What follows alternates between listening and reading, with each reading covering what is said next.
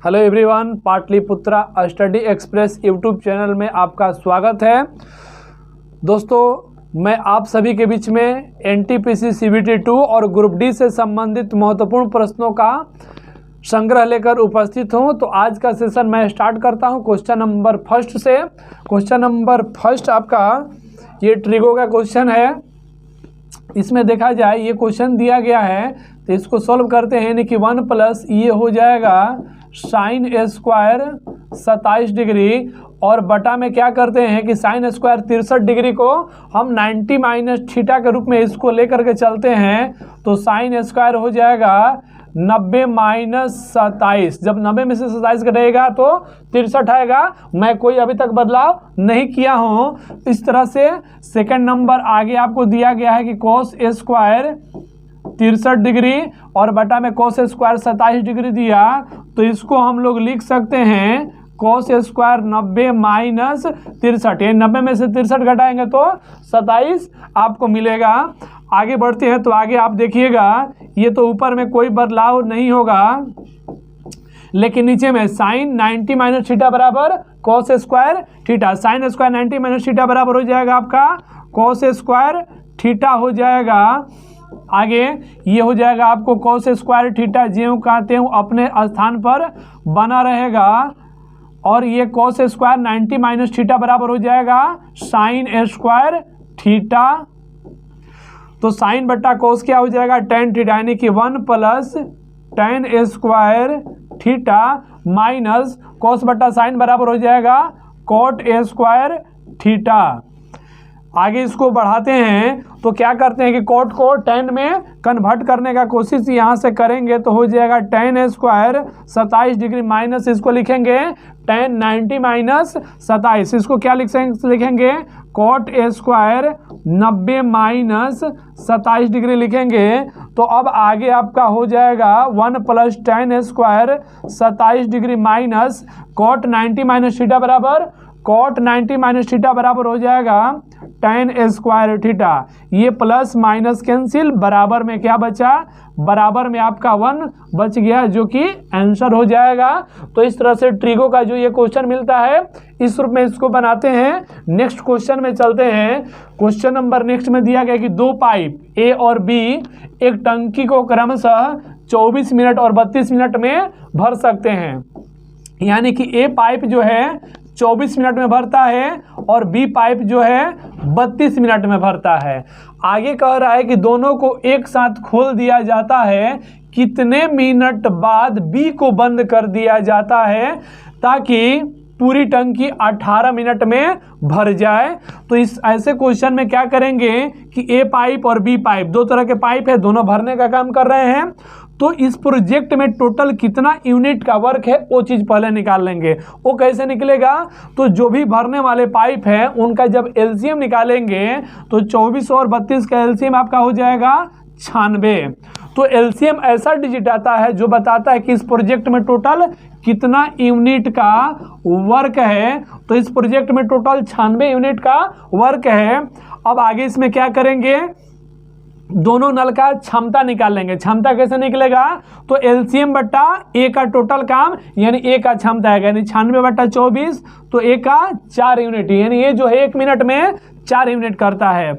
अब बी का काम निकालना है, बी का क्षमता, तो एलसीएम बट्टा बी का टोटल काम यानी 96 बट्टा 32 करेंगे तो बी का क्षमता कितना 3 यूनिट, यानी बी जो है 1 मिनट में 3 यूनिट वर्क करता है। क्वेश्चन दिया है कि बी को कितने मिनट बाद बंद कर दिया जाए ताकि पूरी टंकी 18 मिनट में भर जाए।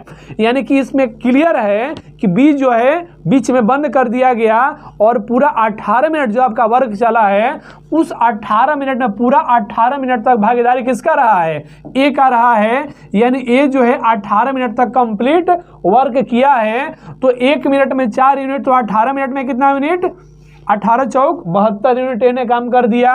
बी को कितने मिनट बाद बंद कर दिया गया क्लियर नहीं, यानी बी को x मिनट बाद बंद कर दिया गया। बी जो है 1 मिनट में 3 यूनिट का वर्क करता है तो x मिनट में कितना यूनिट का वर्क करेगा, 3x यूनिट का वर्क करेगा।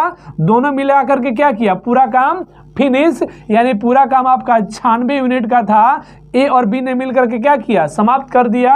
18 चौक 72 प्लस 3x बराबर यहाँ हो जाएगा 96, इधर प्लस में तो इधर माइनस में हो जाएगा, यानी 3x बराबर हो जाएगा 24, x बराबर 8, x बराबर 8। आगे बढ़ते हैं, क्वेश्चन नंबर नेक्स्ट में देखा जाए, कह रहा है कि 28% इथेनॉल घोल प्राप्त करने के लिए 20% इथेनॉल घोल को 40% इथेनॉल घोल के साथ किस अनुपात में मिश्रित किया जाना चाहिए।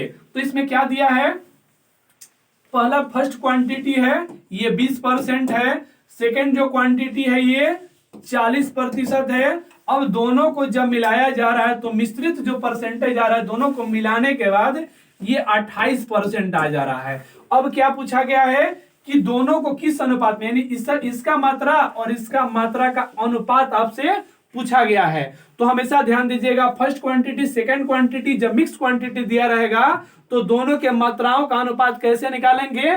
अभी आप देखिए दोनों के मात्राओं का अनुपात, तो पहला का मात्रा का अनुपात निकालना होगा तो इस डायग्राम को फॉलो करेंगे, यानी सेकंड क्वांटिटी से जब मिक्स क्वांटिटी को घटाएंगे तो पहला के मात्रा का अनुपात मिलेगा। तो 40 में से 28 घटाइए कितना हो गया, ये हो गया 12।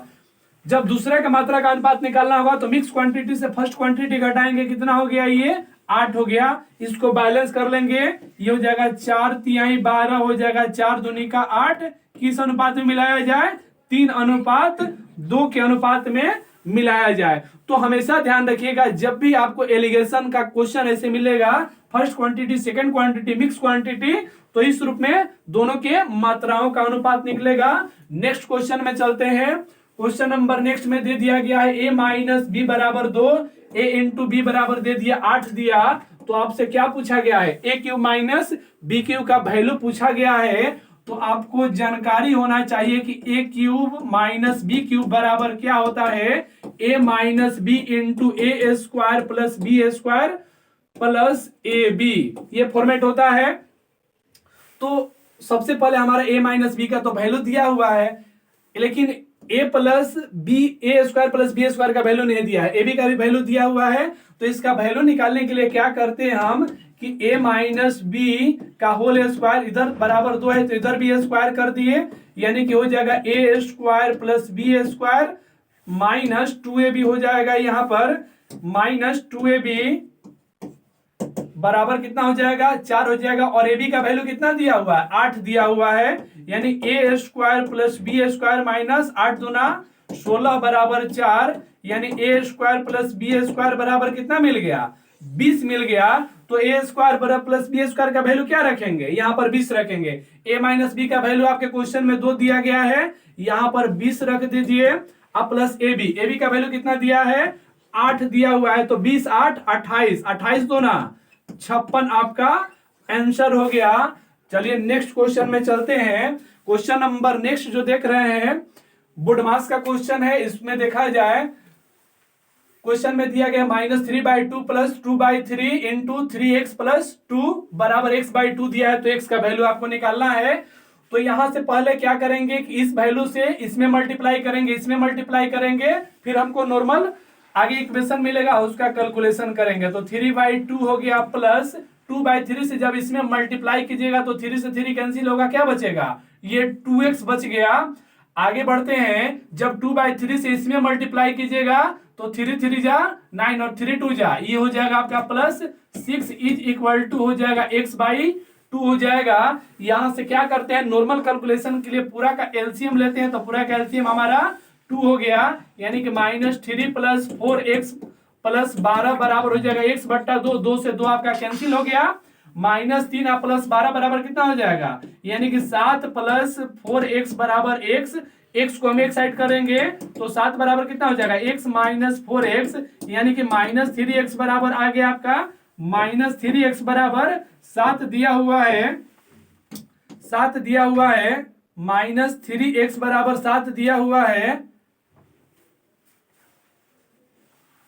एक मिनट, इसमें मिस्टेक हुआ है, यहां से इसमें मिस्टेक हुआ है कि -3 प्लस 12 है, तो यहाँ पर 9 प्लस 4x बराबर x हो जाएगा, यानी 9 बराबर इधर प्लस है प्लस 4x है तो उधर माइनस 4x होगा, यानी कि माइनस 3x होगा। और ये कटेगा कितना बार में, 3 बार में कटेगा, तो x बराबर क्या हो जाएगा आपका माइनस 3x बराबर आपका आंसर हो गया, यानी कि ऑप्शन नंबर 4 आपका आंसर हो गया। नेक्स्ट क्वेश्चन में चलते हैं। क्वेश्चन नंबर नेक्स्ट में देख रहे हैं कि दिया गया है समरूप त्रिभुज। तो समरूप त्रिभुज का मैंने पिछला वीडियो में एक क्वेश्चन बनाया था जिसमें परिमाप से संबंधित था, लेकिन इसमें क्या दिया है, दो समरूप त्रिभुज है, एक्स वाई जेड और पी क्यू आर दिया गया है और दोनों के क्षेत्रफल दे दिया गया है। तो इसमें ध्यान दीजिएगा, समरूप त्रिभुज में जब क्षेत्रफल दिया रहेगा तो क्या होता है, तो त्रिभुज इसमें देखा जाए, इसका पूरा विश्लेषण मैं आपको दे रहा हूं। ये आपका है ए बी सी एक प्रकार का त्रिभुज है और दूसरा है आपका पी क्यू आर एक त्रिभुज है। और इसमें क्या होता है समरूप में, ध्यान दीजिएगा, यानी त्रिभुज ए बी सी का क्षेत्रफल बटा हो जाएगा त्रिभुज पी क्यू आर का क्षेत्रफल, जो दोनों के क्षेत्रफल का अनुपात होता है संगत भुजाओं के वर्गों के बराबर होता है। यानी कि ये हो जाएगा ए बी का स्क्वायर बट्टा, ये हो जाएगा ए बी का स्क्वायर बट्टा पी क्यू का स्क्वायर के बराबर होगा। तो हमेशा ध्यान रखेंगे कि समरूप त्रिभुज का जब क्षेत्रफल का अनुपात दिया रहेगा वो क्या होगा, क्षेत्रफल का जो अनुपात होता है संगत भुजाओं के वर्गों के अनुपात के बराबर होता है। तो पहला जो त्रिभुज है हमारा एक्स वाई जेड करके दिया है, यहां पर मैंने एबीसी लिया है, खैर उसके लिए कोई दिक्कत नहीं, उसको हम नॉमिनेट फिर से हम भी कर सकते हैं, यानी कि यहाँ एक्स रख सकते हैं, यहाँ वाई, यहाँ जेड भी रख सकते हैं, कोई दिक्कत नहीं है, उससे रख सकते हैं। इसको एबीसी एक्स वाई जेड भी रख लेंगे, तो यहाँ एक्स कर देते हैं, वाई कर देते हैं, जेड कर देते हैं, यानी कि एक्स वाई जेड हो जाएगा। तो इसका क्षेत्रफल हमारा दे दिया गया है 100 और इसका क्षेत्रफल दिया हुआ है 25 दिया हुआ है बराबर। यहां भी हम क्या करेंगे, एक्स वाई यहां भी ले रहे हैं, यहां भी आपका हो जाएगा एक्स वाई का स्क्वायर हो जाएगा। तो एक्स वाई का तो वैल्यू आपसे पूछा गया है, वो तो दिया नहीं है, लेकिन हाँ पी क्यू का वैल्यू जरूर दिया है। पी क्यू बराबर कितना दिया है, तो 4 दिया है, तो 4 का स्क्वायर कितना हो जाएगा 16, 4 पी क्यू बराबर, तो 4 का स्क्वायर कितना हो जाएगा 16 हो जाएगा। 25 चौका 100 और 16 चौका 64, यानी कि x इंटू वाई का स्क्वायर बराबर 64, तो x इंटू वाई बराबर 8 हो जाएगा। तो x इंटू वाई का वैल्यू क्या निकल गया, 8 हो गया, जो कि आपसे क्वेश्चन में पूछा गया था। नेक्स्ट क्वेश्चन में चलते हैं। क्वेश्चन नंबर नेक्स्ट में दिया गया है कि एक अर्धवृत्त की परिधि 180 सेंटीमीटर की है, तो परिधि दे दिया, तो परिधि से पहले त्रिज्या निकालते हैं फिर आगे हम बढ़ेंगे। तो अर्धवृत्त का परिधि क्या होता है, पाई आर प्लस 2r बराबर कितना दे दिया है 180। अर्धवृत्त का परिधि ये होता है, r को कॉमन करेंगे तो हो जाएगा पाई प्लस 2 बराबर 180 हो जाएगा। पाई का वैल्यू यहाँ पर पुट कर दिया जाए तो 22/7 प्लस 2 बराबर 180 हो जाएगा। 7 दूना 14, 14 22 कितना हो जाएगा, 14 22 हो जाएगा आपका 36/7 बराबर 180। तो r का वैल्यू कितना मिल गया आपको, यहां से r बराबर मिल गया 7 5 35, हमको r मिल गया। अब आगे बढ़ते हैं क्वेश्चन में। आगे क्या कह रहा है, यदि एक वर्ग की भुजा अर्धवृत्त के व्यास से 60% अधिक हो, यानी कि वर्ग की भुजा के बारे में अब कह रहा है। वर्ग की भुजा जो है, वर्ग की भुजा किसके बराबर है, अर्धवृत्त के व्यास। तो व्यास किसको बोलते हैं, जब त्रिज्या को दोगुना किया जाता है तो व्यास हो जाता है। यानी कि जो वर्ग की भुजा है अर्धवृत्त के व्यास से 60% अधिक है, इसके कहने का मतलब 160% है। ठीक है, तो यहां से हम निकाल लेते हैं इसके भुजा का वैल्यू। तो 2 इंटू आर का वैल्यू 35 दिया हुआ है और ये है आपका 160/100 है।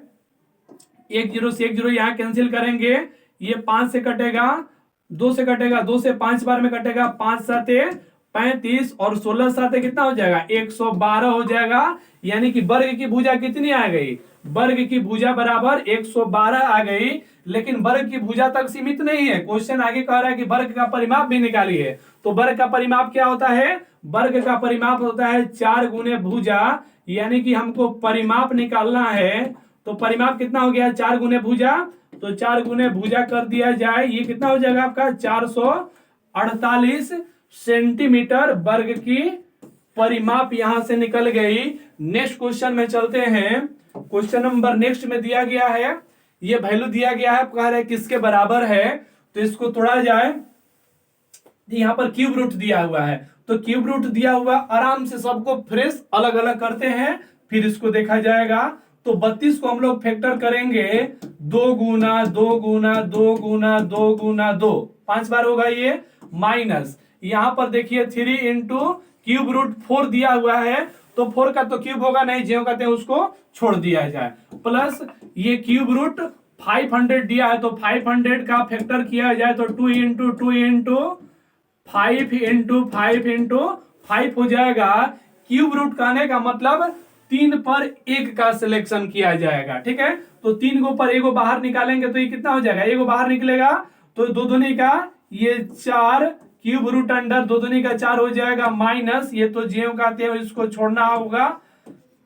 इसमें चलते हैं, क्यूब रूट कहने का मतलब 3 पर से 1 का सिलेक्शन किया जाएगा, ये तो 2 ही है, इसको जेव कहते हैं 2 को छोड़ देंगे, तो ये हो जाएगा आपका 5 क्यूब रूट अंडर 4 हो जाएगा। यहां देखा जाए cube root under 4 cube root under 4 cube root under 4, ये प्लस वाले को जोड़ दीजिए, माइनस वाले को घटा दीजिए, तो 4 गो यानी 4 क्यूब रूट 4 में 4, 5 क्यूब रूट 4 दोनों को जोड़ देंगे तो कितना हो जाएगा, ये हो जाएगा आपका 9 क्यूब रूट 4 में से माइनस कर देंगे 3 क्यूब रूट 4 को माइनस करेंगे तो 3 में से 9 में से 3 घटेगा, कितना हो जाएगा, यानी कि 6 क्यूब रूट 4 आपका आंसर हो जाएगा, यानी कि ऑप्शन नंबर 3 आपका आंसर हो गया। तो देखिए इस तरह का क्वेश्चन 2 तरह से पूछा जाता है। इसमें पूछा जाता है क्यूब रूट अंडर में कि कौन सी संख्या बड़ी है कौन सी छोटी है, आरोही क्रम में इसको अरेंज कीजिए। इसका पूरा विश्लेषण हमारे घातांक एंड करनी चैप्टर, जो कि मैं 1 से 2 दिन में अपलोड करने वाला हूं, उसमें आप पूरा इसका डिटेल देख सकते हैं। आगे बढ़ेंगे, अगला क्वेश्चन में दिया गया है, एक व्यक्ति स्थिर पानी में 10 किलोमीटर प्रति घंटे की गति से नौका विहार कर सकता है, यानी कि इसमें व्यक्ति का चाल दे दिया गया है, व्यक्ति का चाल 10 किलोमीटर प्रति घंटा दे दिया गया है, और क्या कह रहा है कि वह पाता है कि उसे इसमें उस नौका से बहाव के विपरीत आने में बहाव की ओर से जाने से 2 गुना समय लगा। यानी कहने का मतलब जब धारा के दिशा में जा रहा है, धारा के दिशा में जाने के सिवा जब धारा के विपरीत दिशा में गया है तो धारा के विपरीत दिशा में धारा की दिशा के अलावा 2 गुना समय ले रहा है। तो इसमें देखा जाए नाव और धारा में हम लोग क्या जानते हैं कि धारा की दिशा में चाल हो जाता है x प्लस वाई, और धारा के विपरीत दिशा में चाल हो जाता है x माइनस वाई। तो धारा देखिए दूरी वही है, उसी दूरी को धारा की दिशा में जा रहा है और उसी दूरी को धारा के विपरीत दिशा में वापस आ रहा है, लेकिन धारा के विपरीत दिशा में जो समय है धारा की दिशा से 2 गुनी है, तो यहाँ पर क्या हो जाएगा हमारा दूरी बराबर दूरी, दोनों दूरी क्या है यहाँ बराबर है। x का वैल्यू हमारा दिया हुआ है, x का वैल्यू पुट कर देंगे, और y जो है धारा का चाल होता है, x जो होता है नाव दिया हो, बोट दिया हो, स्टीम दिया हो, नाव ये व्यक्ति दिया हो, नाविक दिया हो, उसको x मानते हैं, और धारा हमेशा हमारा y रहता है, यानी धारा की दिशा में धारा जुड़ जाता है, धारा के विपरीत दिशा में धारा ही घट जाता है।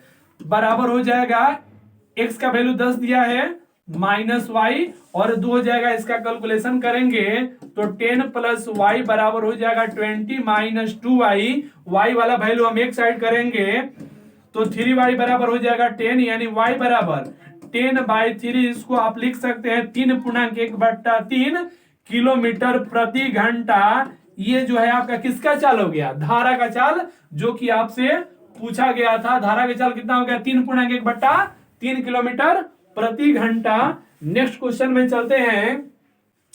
क्वेश्चन नंबर नेक्स्ट में दिया गया है 4 अंकों की छोटी सी छोटी संख्या जिसे 2 3 4 5 6 7 से विभाजित करने पर प्रत्येक दशा में 1 शेष बचता है। तो सबसे पहले क्या करेंगे कि 2 3 4 5 6 7 इस डिजिट का हम क्या करेंगे एलसीएम निकालेंगे, ठीक है। एलसीएम देखिए, जब इस डिजिट का हम एलसीएम निकालेंगे तो एलसीएम ऐसी संख्या है, किसी भी समूह का एलसीएम ऐसी संख्या होती है जो इन सभी संख्याओं से पूरा पूरा विभक्त हो जाए। तो इसका एलसीएम निकालेंगे तो एलसीएम कितना हो जाएगा, हमारा एलसीएम हमारा होगा 420, हमारा एलसीएम हो जाएगा। हमसे क्या पूछा गया है 4 अंकों की छोटी सी छोटी संख्या। तो अब जो हमको संख्या यहां से आया, ये तो 3 अंकों की आ रही है। अगर हम इसमें 1 जोड़ देते हैं तो हमारा आंसर हो जाएगा, अगर 3 अंकों वाली पूछी जाती तो। लेकिन हमको 4 अंक वाली संख्या निकालना है। कैसी संख्या निकालना है? 4 अंकों वाली निकालना है। तो इसका गुना करेंगे, इसका गुना करेंगे। अगर दोगुना करते हैं तो 840 होगा, यानी 3 अंक वाली संख्या रहेगी। इसका हम 3 गुना करते हैं तो 4 अंक वाली संख्या में हम प्रवेश कर जाएंगे। तो 0 0 0, 3 दूना 6, 4 3 आई 12, यानी कि 1260 4 अंक वाली संख्या हो गई। चलिए 4 अंक वाली संख्या हमको मिल चुकी है। लेकिन संख्या, ये जो संख्या आई है, ये संख्या इसका गुणज है। तो जब ये संख्या ये सभी से विभाजित हो सकती है तो इसका गुणज भी ये सभी से पूरा पूरा विभाजित हो जाएगा। यानी कि 1260 ऐसी संख्या है जो 2 3 4 5 6 7 से अलग अलग विभाजित हो जाएगी। लेकिन विभाजित होने वाला संख्या आपको नहीं निकालना है, एक शेषफल बचाना है। तो शेषफल बचाने के लिए क्या करना होगा? विभाजित संख्या में एक जोड़ देना होगा। अब आपको ऐसी संख्या की प्राप्ति हो गई जो इन सभी से भाग कीजिएगा तो एक शेषफल बचेगा। तो नेक्स्ट क्वेश्चन में चलते हैं आगे। नेक्स्ट क्वेश्चन देखिए, रेलगाड़ी से संबंधित और बहुत ही प्रचलित क्वेश्चन है। ये बहुत बार एग्जाम में रिपीट किया जा चुका है, आप हमेशा देखते होंगे, एग्जाम देते होंगे तो करीब करीब ऐसा ही कोई शिफ्ट होगा या सेट बनाते होंगे, ऐसा ही कोई सेट होगा कि रेलगाड़ी का क्वेश्चन नहीं मिलता होगा। आने वाला सेशन में रेलगाड़ी का बहुत ही धमाकेदार वीडियो आपको मैं देने वाला हूं। तो इसको देखा जाए, इसको बहुत ही सिंपल तरीका से आपको बता दे रहा हूं। एक रेलगाड़ी स्टेशन ए से स्टेशन बी की तरफ जाती है, स्टेशन ए से स्टेशन बी की तरफ जाती है। और कैसे जाती है? 35 किलोमीटर प्रति घंटे की रफ्तार से। ठीक है, फिर आगे करें, दूसरी रेलगाड़ी बी से ए की तरफ आती है। दूसरी रेलगाड़ी जो है बी से ए की तरफ आती है, कैसे आती है? ये 45 किलोमीटर प्रति घंटे की रफ्तार से ये ए की तरफ आती है। अब आपसे इसमें एक चीज देखा जाए कि 6 बजे वो भी खुली थी, 6 बजे ये भी चली है, तो दोनों का चलने का समय क्या है? एक बराबर है। चलिए क्लियर है।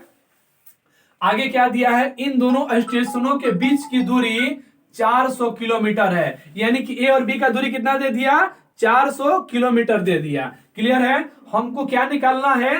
तो वे दोनों कहां और कब मिलेगी। तो कहां और कब मिलेगी निकालने के लिए, यानी कि कहां और कब, समय निकालना है और दूरी निकालना है। तो हम पहले समय निकालते हैं। तो समय बराबर क्या हो जाएगा?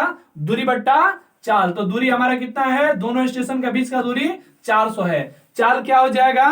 तो जब दो रेलगाड़ी या कोई भी दो गतिमान एक दूसरे के अपोजिट डायरेक्शन में चलेगा तो कुल चाल जुटेगा। जब दो गतिमान एक ही दिशा में चलेगा तो कुल चाल बराबर दोनों का चाल घटेगा। तो यहां पर एक इधर से आ रही है, एक इधर से, यानी अपोजिट डायरेक्शन में तो कुल चाल जुटेगा। तो 35 और 45 कितना हो जाएगा? 80 हो जाएगा। तो यहां से आपको निकल गया टोटल 5 घंटा का समय लगा एक दूसरे से मिलने में। चलिए, मिलने में एक दूसरे से 5 घंटा का समय लगा। यानी कि 6 बजे चली थी, सुबह में कितना बजे चली थी? सुबह में 6 बजे चली थी और 5 घंटा बाद मिली, यानी कि 11 बजे 11 AM में मिली। सुबह 5 बजे, सुबह 6 बजे चली थी, अब 5 घंटा बाद यानी 11 AM में मिली थी। लेकिन ऑप्शन में आ रहे हैं तो हमारा दूरी भी दिया है, क्योंकि कहां और कब, यानी कि टोटल दूरी भी निकालना है। तो देखते हैं 5 घंटा बाद मिली है, ध्यान रखिएगा। तो ए से दूरी कितना हो जाएगा? यानी कि ए से दूरी जहां पर मिली है, ए से दूरी क्या होगा? तो 5 घंटा बाद ए से चलने के बाद मिली, तो चलने का उसका चाल क्या था? क्या निकालना? दूरी। दूरी बराबर क्या होता है? चाल गुना समय। तो ए से चलने का चाल था उसका 35 किलोमीटर प्रति घंटा। तो 5 घंटा में कितनी चली होगी? 5 घंटा में 175 किलोमीटर चली होगी। तो इसके अनुसार अब हम ऑप्शन देखते हैं। अच्छा, एक मिनट, ये ए से दूरी, तो बी से कितनी दूरी होगी? बी से भी दूरी निकाल लीजिए। बी से दूरी कितनी होगी? तो बी से चलने का चाल था आपका 45 किलोमीटर प्रति घंटा और 5 घंटा बाद मिली। तो बी से दूरी कितनी होगी इसका?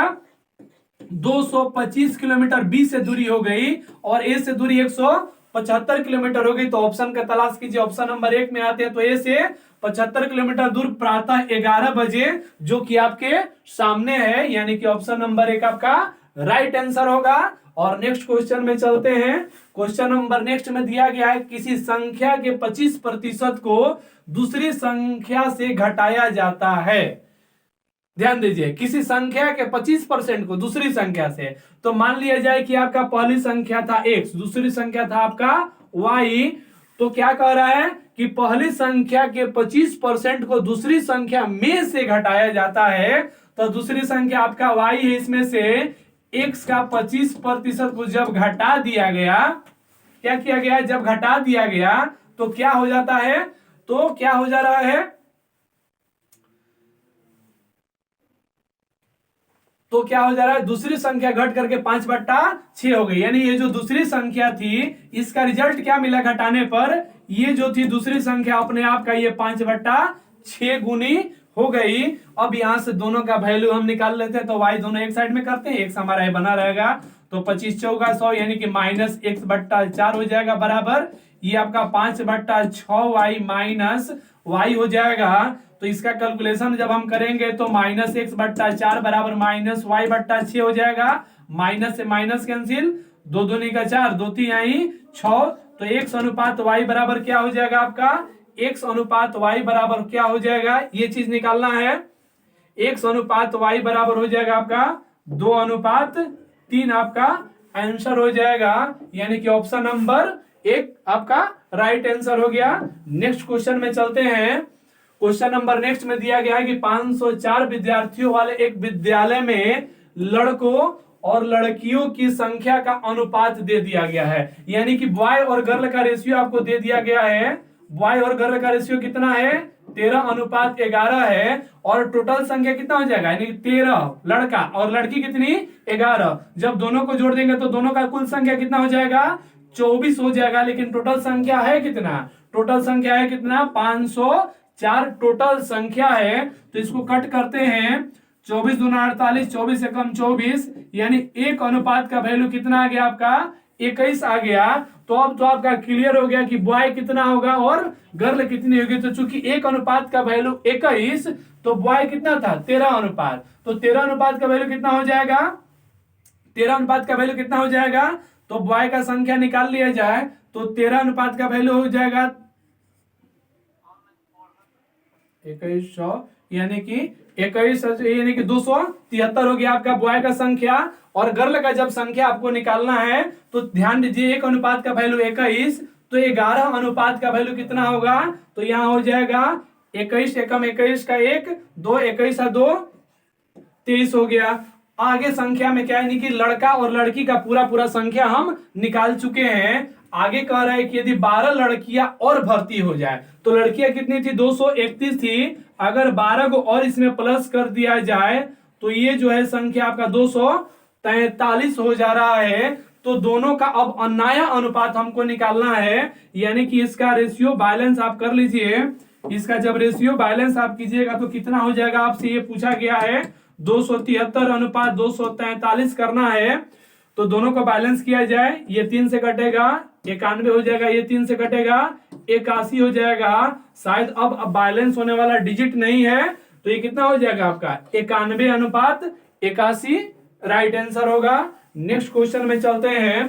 क्वेश्चन नंबर नेक्स्ट में दिया गया ए तथा बी क्रमशः 3:5 के अनुपात में पूंजी निवेश करते हैं। सी जो है 6 माह बाद बी जितनी पूंजी निवेश करके व्यापार में शामिल हो जाता है। तो ये पार्टनरशिप का क्वेश्चन है, और पार्टनरशिप में आप जानते हैं जब पूंजी में समय से गुना किया जाता है तो लाभों का अनुपात मिलता है। ठीक है, तो इसमें ए है, बी है और सी 3 मेंबर है।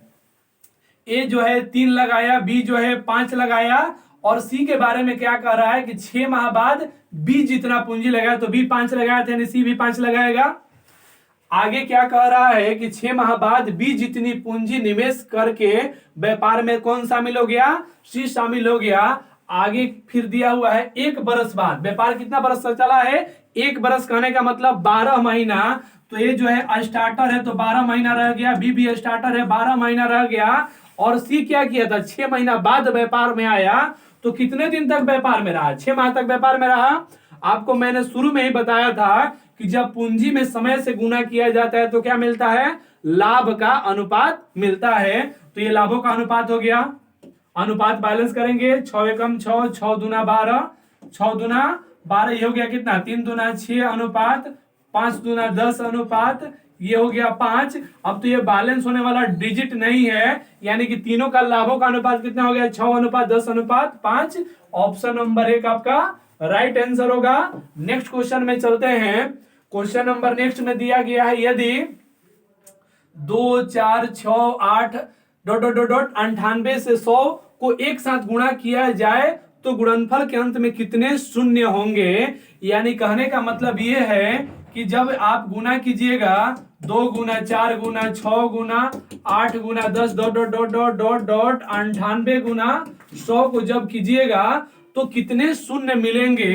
तो इसमें क्या करते हैं, हम सबसे पहले 2 से कमन करते हैं। 2 कमन करेंगे तो हो जाएगा 1 गुना 2 गुना 3 गुना 4 गुना 5 गुना 6 डॉट डॉट डॉट डॉट हो जाएगा ये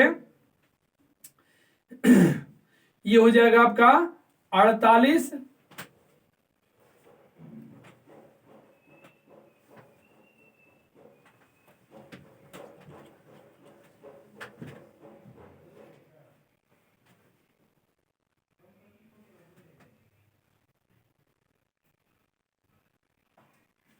ये हो जाएगा आपका 49 गुना 50। तो दोस्तों एक चीज हमेशा ध्यान रखिएगा कि कोई भी लगातार अगर प्रकृत संख्या दिया गया है उसमें शून्यों की संख्या क्या होगी, तो शून्यों की संख्या कैसे निकालेंगे, इसका मैं आपको 2 लाइन विश्लेषण इसमें कर दे रहा हूं। 1 से 50 तक शून्य की संख्या कैसे निकलेगी पहले देखा जाए। तो अंतिम जो डिजिट रहेगा, अंतिम डिजिट में 5 से भाग करना होता है। भाग करेंगे तो कितना शेषफल मिलेगा, 10 शेषफल मिलेगा। ध्यान दीजिएगा, शून्यों की संख्या निकालते समय क्या करेंगे, जो अंतिम डिजिट रहेगा उसमें 5 से भाग करेंगे और भागफल को कब तक रिपीट करेंगे, जब तक 5 से भागफल कम न मिल जाए। यहां पर क्या मिला हमको, 10 मिला है। फिर 10 में 5 से हम भाग करते हैं तो भागफल कितना मिल गया, 2 मिल गया। अब यहां पर 10 भागफल मिला था, यहां पर 2 भागफल मिला था, दोनों को जोड़ेंगे तो कितना मिल गया, 12 मिल गया। दोनों को जोड़ने के बाद कितना मिला, 12। यानी कि अंतिम से शून्यों की संख्या कितनी हो जाएगी, अंतिम से शून्यों की संख्या 12 हो जाएगी। ऑप्शन नंबर 4 राइट आंसर होगा आपका। इस तरह का देखिए शून्यों की संख्या से संबंधित एक प्रश्न मैं आपको और बता दे रहा हूं। मान लिया जाए कि कोई एक एग्जांपल ले रहा हूं, 1 गुना 2 गुना 3 गुना 4 गुना 5 गुना dot dot dot dot dot dot. अगर पूछा जाए 100 तक में शून्यों की संख्या क्या होगी, तो आपको क्या करना है कि अंतिम संख्या में क्या करना है, अंतिम संख्या में 5 से भाग करना है। तो 100 में 5 से भाग कीजिएगा तो भागफल कितना मिल गया, 20 मिल गया। मैंने आपको बता चुका हूं कि जब तक 5 से कम भागफल ना मिले तब तक इसमें 5 से भाग करते रहना है। अब क्या करेंगे कि फिर 20 में 5 से भाग करेंगे, भागफल कितना मिल गया, 4 मिल गया। यानी कि 5 से कम भागफल मिला। अब इसमें कितना कितना भागफल है, 20 प्लस 4, यानी टोटल कितना हो गया, 24। तो 1 से लगातार 100 तक के गुणनखंड में शून्यों की संख्या कितनी हो जाएगी, 24 हो जाएगी। चलिए नेक्स्ट क्वेश्चन में चलते हैं। क्वेश्चन नंबर नेक्स्ट आपका दे दिया गया है 2x minus 2/x is equal to 1 दिया गया है। तो इसका वैल्यू आपको निकालना है। इसको बहुत ही आसान तरीका से मैं आपको बता रहा हूं। इसका बहुत सारे ट्रिक लोग बताते हैं। ट्रिक क्या है, ट्रिक क्या है, रटने वाला चीज है। और इसको रट करके रखिएगा और एक बेसिक कंसेप्ट समझिएगा तो कंसेप्ट जो है आपका हमेशा साथ देगा। और अटंतम विद्या न सटंतम। तो इसलिए आपको क्या बताने जा रहा हूं, बहुत ही नॉर्मल आपको बेसिकली रूल मैं बताने जा रहा हूं। अच्छा एक चीज बताइए, ए क्यूब माइनस बी क्यूब बराबर क्या होता है, ये तो आपको जानकारी है। ए क्यू माइनस बी क्यू का अगर फॉर्मेट आपको निकालना है तो इसका फॉर्मेट क्या होता है, उसका अनुसार हम क्या करते हैं कि इसको हम क्या करते हैं, इसको डायरेक्ट कन्वर्ट ऐसा डिजिट में करेंगे कि हमको डायरेक्ट आपका ये चीज मिल जाएगा।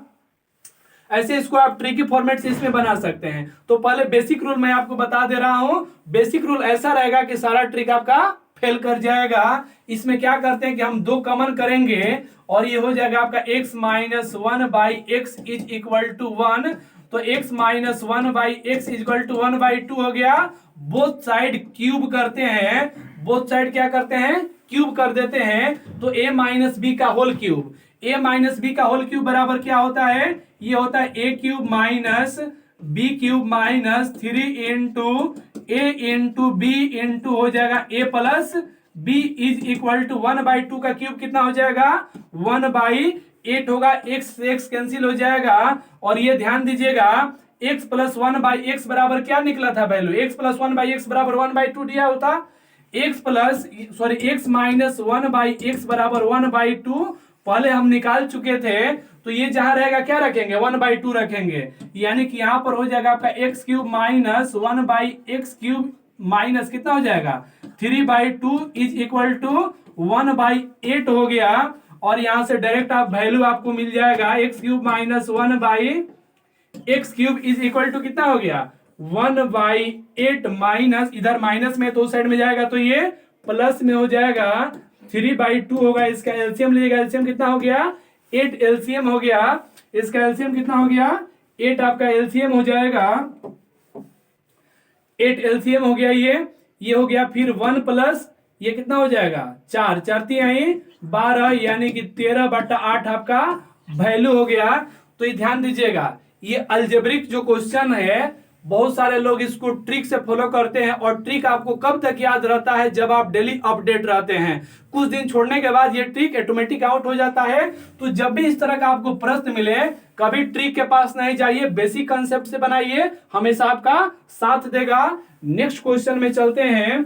क्वेश्चन नंबर नेक्स्ट में दिया गया कि 7 का लघुत्तम समापवर्त निम्नलिखित में से कौन सा है जिसमें 4 अथवा 12 अथवा 16 से भाग देने पर 3 शेषफल बचता हो। तो इसमें देखा जाए 4 अथवा 12 अथवा 16 से भाग देने पर 3 शेषफल बचता हो, तो इसमें क्या करेंगे कि सबसे पहले इसका एलसीएम लेंगे, तो इसका एलसीएम हो जाएगा हमारा 48, इसका एलसीएम हो जाएगा 48 एलसीएम हो जाएगा।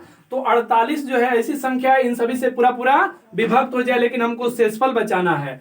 तो शेषफल बचाना है तो क्या करते हैं, इसमें प्लस 3 ऐड करेंगे तो कितना हो गया 51 हो गया, लेकिन 51 आपका ऑप्शन में नहीं है। और नहीं तो क्या हमको करना है कि वैसी संख्या निकालना है जो 7 का लघुत्तम समापवर्त हो। तो इसमें देखिए ऑप्शन जो दिया रहता है ऐसे प्रश्न में, तो 4 ऑप्शन में से 2-3 ऑप्शन ऐसे ही छट जाता है। तो 7 का गुणज कौन है, ये 7 का गुणज है, 7 से कटेगा, ये 7 का गुणज है, ये 7 का गुणज नहीं है, तो ये तो ऑटोमेटिक आपका कैंसिल हो गया। जबकि ये 7 का गुणज है, ये 7 का गुणज है, ये भी 7 का गुणज नहीं है, तो 2 तो ऑप्शन आप ऐसे ही काट दिए।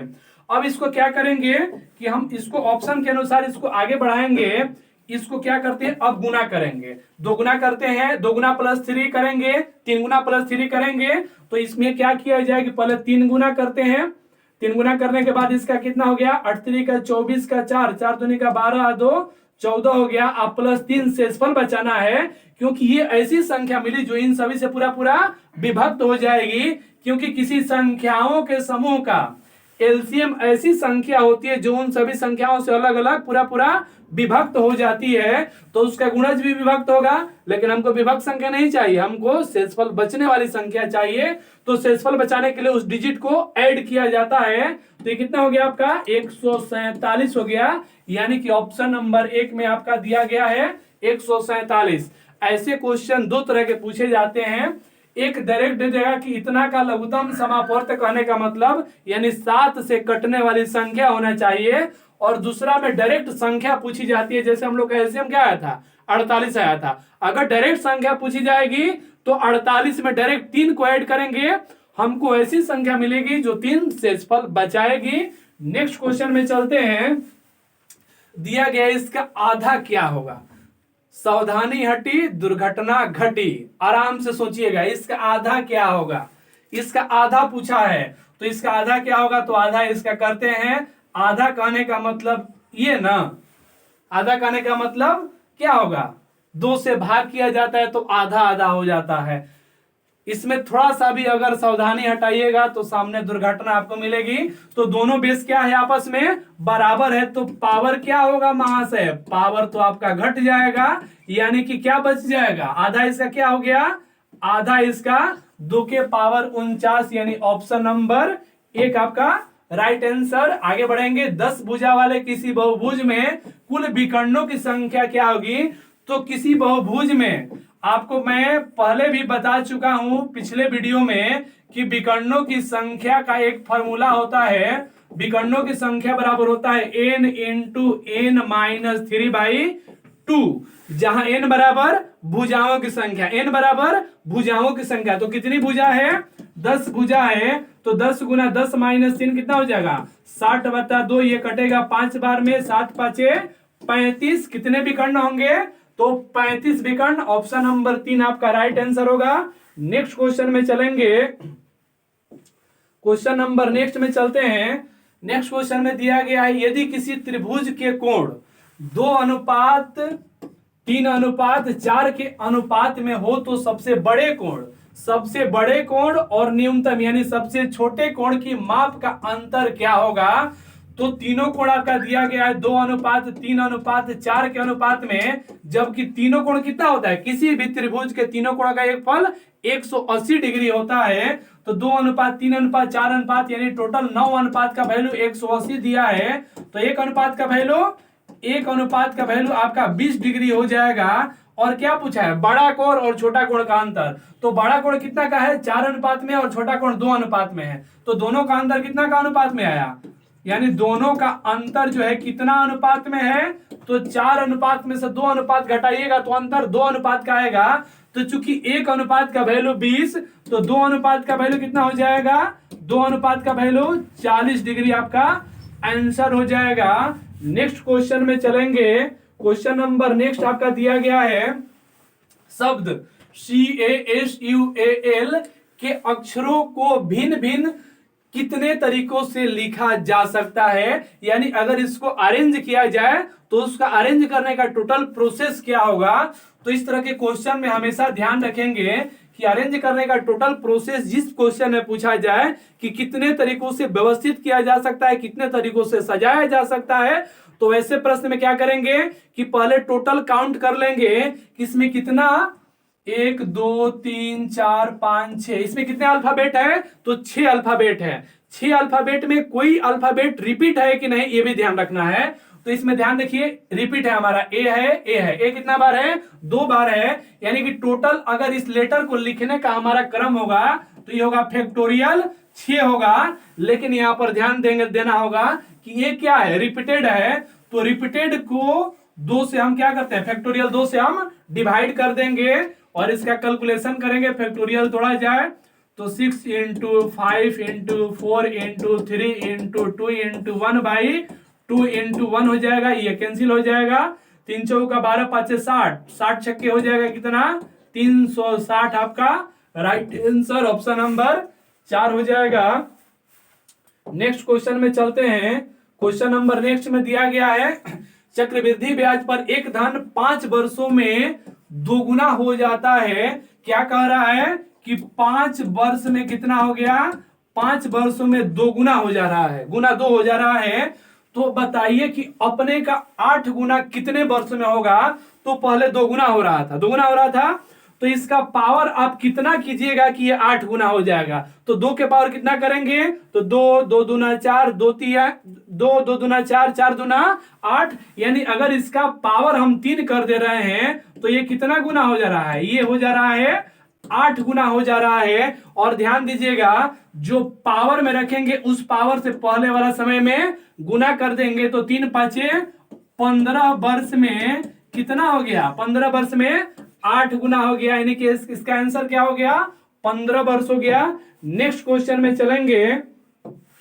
क्वेश्चन नंबर नेक्स्ट दिया गया है, अंकित कीमत पर 40% छूट देने पर भी एक जैकेट 20% पर 600 रुपया में बिका। तो हमेशा ध्यान दीजिएगा, अंकित मूल्य पर छूट देने के बाद अगर लाभ की बात की जाए तो बहुत ही सिंपल आपको कंसेप्ट में देने जा रहा हूं।